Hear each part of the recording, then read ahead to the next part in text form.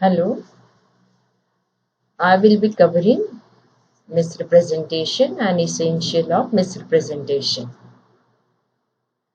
When a false statement is made with the knowledge that it is false, means it is not true, and also with intention to deceive the other party and make him enter into a contract on that basis, it is known as fraud.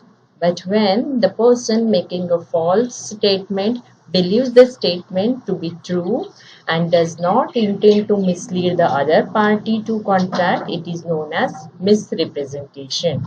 So misrepresentation is a false statement which the person making it honestly believes to be true or which he does not know to be false. It also includes non-disclosure of material fact or facts without any intent to deceive the other party. Essential elements of misrepresentation as per section 18 of the Act, following are the essential elements of misrepresentation. The first element is positive assertion of fact. So positive assertion of fact by a person of that which is not true, though he believes it to be true, amounts to misrepresentation. So there should be a false statement made innocently, that is without any intention to deceive. So this is known as positive assertion. For example, A sells a horse to B, uh, which is unsound, but himself does not know about this fact, that here A does not know that the horse is unsound. He tells B that the horse is sound. So there is a misrepresentation, because here whatever he has made or made representation, that he believes it to be true, that the horse is sound. Another example, a land was purchased expressly for the construction of a duplex. The seller represented that he saw no difficulty in such use of the land, but a permission to build such a complex was refused unless a CVA costing some $300 was provided. Though the misrepresentation was innocent, the buyer was allowed to avoid the sale. Another example, or another essential element, breach of duty. Where there is a breach of duty whereby the person making a false statement gains some advantage at the cost of the other party, and the statement, though false, is made without an intention to deceive, it amounts to misrepresentation. For example, for point number 2, in the case of insurance contracts, it is the duty of the assured to disclose to the insurer before the contract is concluded every material circumstances known to him, and which in the ordinary course of business ought to be known to him. If the assured fail to make such disclosure, the insurer may avoid the contract. Third essential, that is acting innocently. If one party acting innocently causes another party to make a mistake as to the substance or the element of the thing or the subject matter of the thing which is the subject matter of the agreement, there is said to be misrepresentation. For example, in case of Johnson versus Crow, in this case, an agreement to sell and deliver a boiler by the defendant to the plaintiff. The plaintiff represented, though the representation was innocently to the defendant, that there was a practicable road all the way.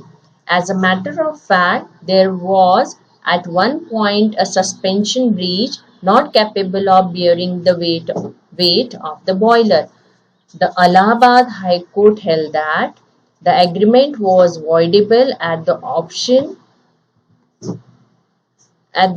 of the defendant.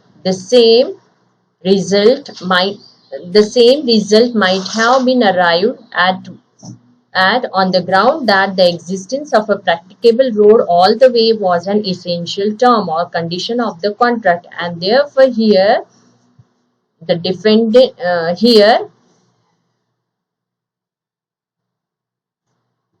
he can avoid the contract.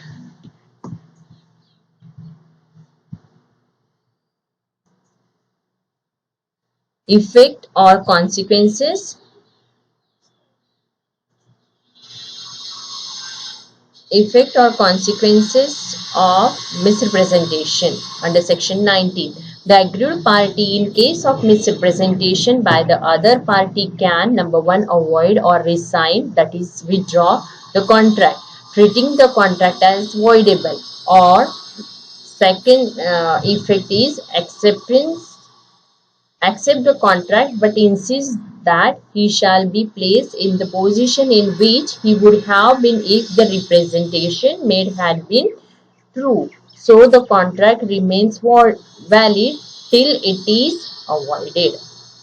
Misrepresentation does not entitle the aggrieved party to claim damages by way of interest or otherwise for expenses incurred.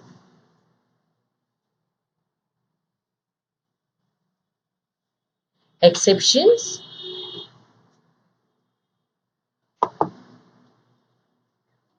So let us discuss exceptions.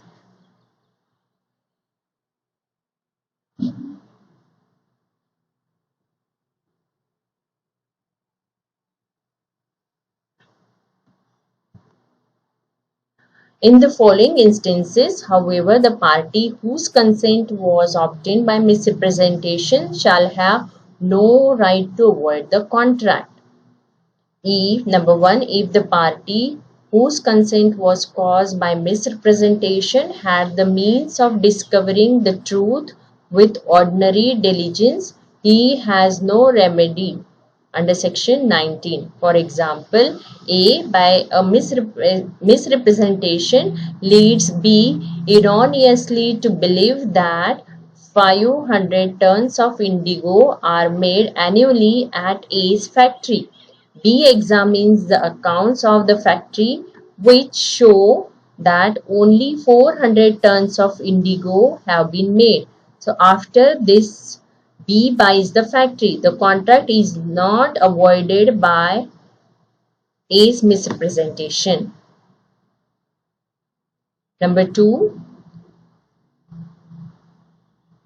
the party whose consent was obtained by misrepresentation shall have no right to avoid the contract. Number 2, where the representation has not been instrumental or helpful in inducing the other party to enter into contract. In such cases, the party enters into a contract in ignorance of such misrepresentation. For example, if the plaintiff would have consented in any case, he can hardly complain. In other words, if the complaining party did not in fact rely upon the statement, he cannot avoid the contract. He cannot complain of having been misled by a statement which did not lead him at all.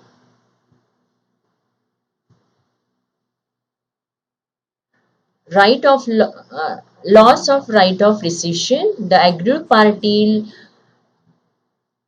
loses the right to resign or withdraw or cancel in the following cases. Number 1, affirmation, where the party, after becoming aware of his right to resign, affirms or confirms the contract, this right is lost. Second, lapse of time. Rescission must be claimed by the party within a reasonable time after discovering the misrepresentation. Otherwise, his right to resign lapses. That is barred. Third, restitution not possible. If the parties cannot be resorted to their original positions, for example, where the subject matter of the contract has been consumed or destroyed. It may be pertinent to note here that if the rescission in toto is not possible, such contract cannot be rescinded at all.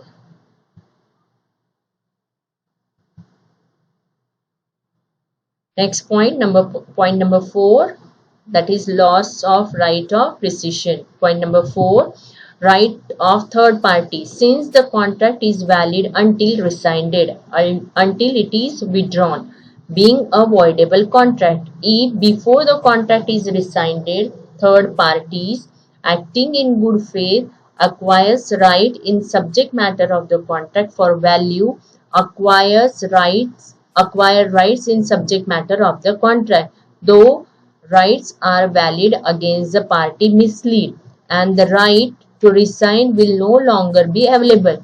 So let us discuss this with example. A person obtains goods by fraud and before the seller resigns the contract, disposes them off to a bona fide party. The seller cannot resign after such person acquire rights. Let us discuss distinction between fraud and misrepresentation. Definition. First point of difference is definition. Fraud is defined under section 17, whereas misrepresentation is defined under section 18. Second, intention. Fraud is intentional, deliberate or willful, whereas misrepresentation is innocent, that is, in misrepresentation, there is a false statement or concealment of material fact or facts essential to the contract without any intention to deceive the other party. But in fraud, the intention is always to deceive the other party. Third point of difference is belief. In fraud, the person making the statement does not believe the statement is to be true, whereas or while in case of misrepresentation, the person making the statement believes it to be true. Number 4, offense. Fraud may amount to an offense of cheating. Misrepresentation only gives a right to avoid the contract. Number 5, rescission and damages. In misrepresentation, the aggrieved party can resign, that can cancel the contract or sue for restitution under section 64. There can be no suit for damages in case of misrepresentation, but in case of fraud, the remedy available to the aggrieved party is not limited to rescission alone. He can also claim damages. Number 6, discovery of truth. In case of misrepresentation, the aggrieved party cannot avoid the contract if it had the means to discover the truth with ordinary diligence. But in case of fraud, where there is an active concealment, the contract is voidable even though the aggrieved party had the means of discovering the truth with ordinary diligence. Important case law. Babul versus R.A. Singh. M was a marriage broker who gave Y the photograph of a man and told him that the man was young and rich. Y conveyed the same to his daughter, who agreed for the proposal. But on the day of marriage, it was discovered that the man was the age of 60.